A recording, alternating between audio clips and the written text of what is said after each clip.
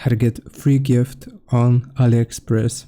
Here's what you want to do. Load up the AliExpress app, and at the top you will see coins, categories, free gift. You want to click on free gift. Now right here, this is going to choose some items, random items, which you can get for free and also free shipping. So if you want to get those free gifts, you will pick the item which you want to get for free.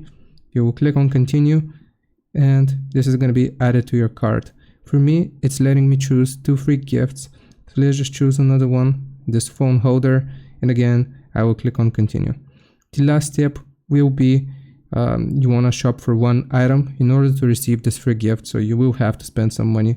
Essentially, you can buy whatever you want from AliExpress here, and once you do this, let's say that I want to purchase this mouse. I'm gonna click on add to cart, continue. All right, and if you go to checkout, you will essentially just pay for the mouse, and these 2 items will be free. I hope this helps. Leave a like and subscribe, and I'll see you next time.